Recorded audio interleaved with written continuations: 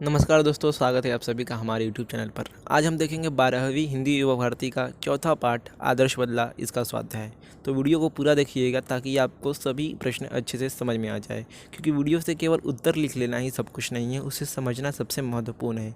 इसलिए वीडियो को पूरा देखिएगा अंत तक। तो शुरू करते हैं यह वीडियो। पहले प्रश्न में अ दिया है, कृति पूर्ण कीजिए। साधुओं की स्वाभाविक विशेषता। तो स्वाभाविक यानी उनके स्वभाव की विशेषता। तो इनका यानी साधुओं का मन बड़ा चंचल, यानी कभी एक जगह नहीं ठहरता था। तो इसका उत्तर आप देख सकते हैं, इसका उत्तर है साधुओं का मन बड़ा चंचल होता है। प्रश्न आ दिया है, लिखिए। उसमें पहला प्रश्न है, आगरा शहर का प्रभातकालीन वातावरण। तो प्रभातकालीन यानी सुबह सुबह का वातावरण। तो यह उत्तर आप देख सकते हैं, चाहे तो स्क्रीनशॉट ले सकते हैं। अब देखते हैं अगला क्वेश्चन। प्रश्न दूसरा है, साधुओं की मंडली आगरा शहर में यह गीत गा रही थी। तो इसका उत्तर पाठ की शुरुआत में ही है, सुमर सुमर भगवान को, मूर्ख मत खाली छोड़ इस मन को। अर्थात हमें सदैव मन को व्यस्त रखना चाहिए, उसे कभी खाली नहीं छोड़ना चाहिए।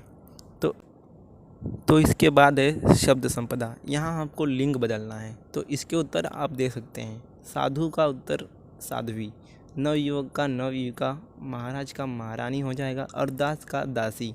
दास दासी अर्थात पुराने ज़माने में नौकर चाकरों को कहा जाता था। अब है सबसे महत्वपूर्ण अभिव्यक्ति। मैं आपको हमेशा कहता हूं कि अभिव्यक्ति के प्रश्न के उत्तर आप खुद से लिखिए, क्योंकि अगर आप खुद से लिखेंगे यार, खुद से लिखने की कोशिश करेंगे तो ज़्यादा अच्छा रहेगा, आपको अच्छे से समझ में आ जाएगा। नहीं तो अगर आप देखा दिखाया किसी का दूसरे का ही देख के अगर आप लिख लोगे तो आपको बस वो एक कुछ समय के लिए याद रहेगा, बाद में आप भूल जाओगे उसे। इसलिए आप खुद से लिखने की कोशिश कीजिए। बट यहाँ से आप एक आइडिया ले सकते हैं, उदाहरण के तौर पर आप इसको देख सकते हैं, फिर आप खुद से लिख सकते हैं।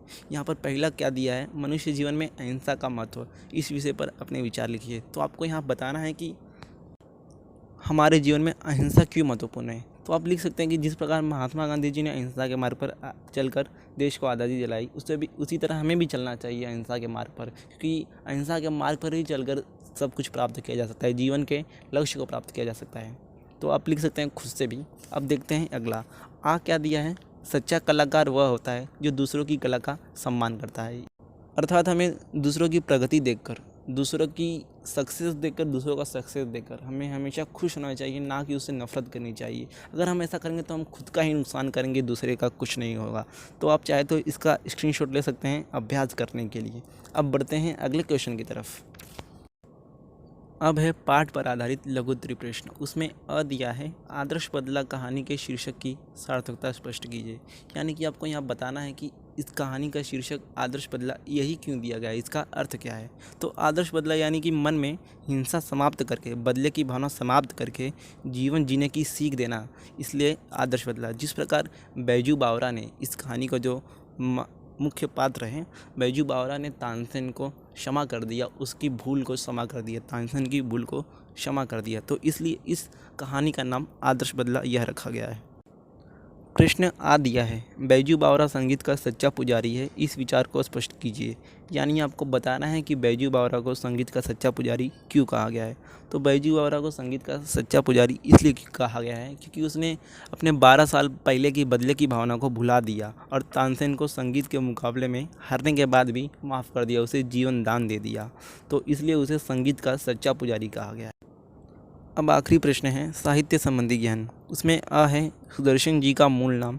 तो सुदर्शन जी का मूल नाम था बद्रीनाथ। तो आप एक इमेज देख सकते हैं बाजू में, आपको यहाँ पर सारे हिंदी के महत्वपूर्ण कवियों और उनके साहित्यिक नाम दिख जाएंगे। आप इसका एक नोट बना लीजिएगा, नोटबुक में लिख लीजिएगा, क्योंकि आपको ये बहुत ही महत्वपूर्ण है, यूज़फुल है आपके लिए। आखिरी प्रश्न है, सुदर्शन जी ने इस लेखक की लेखन परंपरा को बढ़ाया है। तो सुदर्शन जी ने प्रेमचंद्र जी की लेखन परंपरा को आगे बढ़ाया। अब प्रेमचंद्र जी की लेखन परंपरा अर्थात क्या। तो प्रेमचंद्र जी की लेखन परंपरा अर्थात उनका जो लेखन था, उनकी जो रचनाएं थी, वो सुधारवादी दृष्टिकोण को प्रेरित करती थी। अर्थात जो जीवन में समाज में कुरीतियाँ फैली है, समाज में बुराइयाँ फैली है, उसमें सुधार लाने के लिए उनका लेखन होता था, इसलिए उसे प्रेमचंद्र जी का लेखन कहा जाता था। तो इस प्रकार हमने यह स्वाध्याय देखा। हमने रस एवं उसके प्रकार इस विषय पर एक वीडियो बनाकर अपलोड किया है। अगर आपने अभी तक उसे देखा नहीं है तो जाकर देख लो। डिस्क्रिप्शन बॉक्स में उसका लिंक मिल जाएगा। और अगर आपने हिंदी युवा भारती के पहले के वीडियोस नहीं देखे तो जाकर देख लो, उसका लिंक आपको आई बटन पर मिल जाएगा, वहाँ से आप सारे वीडियो देख सकते हो।